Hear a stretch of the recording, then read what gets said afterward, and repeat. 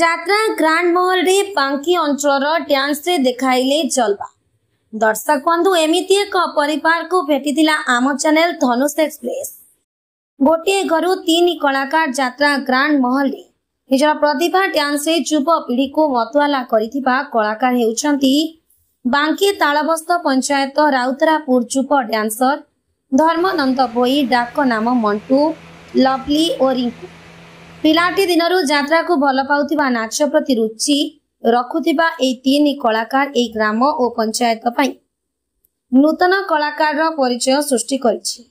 ତାଙ୍କର ଆଧୁନିକ ଗୀତର ଗୁଞ୍ଜନରେ ସୁନ୍ଦର ନୃତ୍ୟ ପରିବେଷଣ ଦର୍ଶକମାନେ ଦେଖି ବହୁତ ପ୍ରଶଂସା କରୁଥିବାର ଦେଖିବାକୁ ମିଳିଛି। ନମସ୍କାର, ମୁଁ ମଣ୍ଟୁ। ଏବେ ଗ୍ରାଣ୍ଡ ମହଲ ଯାତ୍ରା ଗ୍ରାଣ୍ଡ ମହଲ କାମ କରୁଛି। ଡ୍ୟାନ୍ସ କୁ ଛୁଆ ବେଳୁ ଟିକେ ଥିଲା, ଆକ୍ଟିଂ ରେ ଥିଲା। ତାପରେ ଆମ ଗାଁରେ ଦୋଳ ଯାତ୍ରା ହୁଏ ବର୍ଷ ବର୍ଷ। ତାପରେ ସେ ଦାଦା ଆମକୁ ଟିକେ ସପୋର୍ଟ ଦେବାରୁ ଆମେ ଟିକେ ଏତିକି କରୁଛୁ। ମୋ ନାଁ ରିଙ୍କୁ, ମୁଁ ଯାତ୍ରା ଗ୍ରାଣ୍ଡ ମହଲରେ କାମ କରୁଛି। ଆଗରୁ ମୁଁ ଦରବାର ଥିଲି, ଏଇ 2 ବର୍ଷ ହେଲା ମୁଁ ଗ୍ରାଣ୍ଡ ମହଲରେ ଅଛି।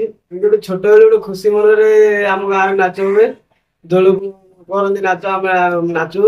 ଦାଦା ଆମ ନଚାନ୍ତି, ଆଉ ଦାଦା ନେଇକି ଲାଇନରେ ପୁରେଇ ଦେଲେ କଳାକାର ଲାଇନରେ ଯାତ୍ରାରେ। ଆଉ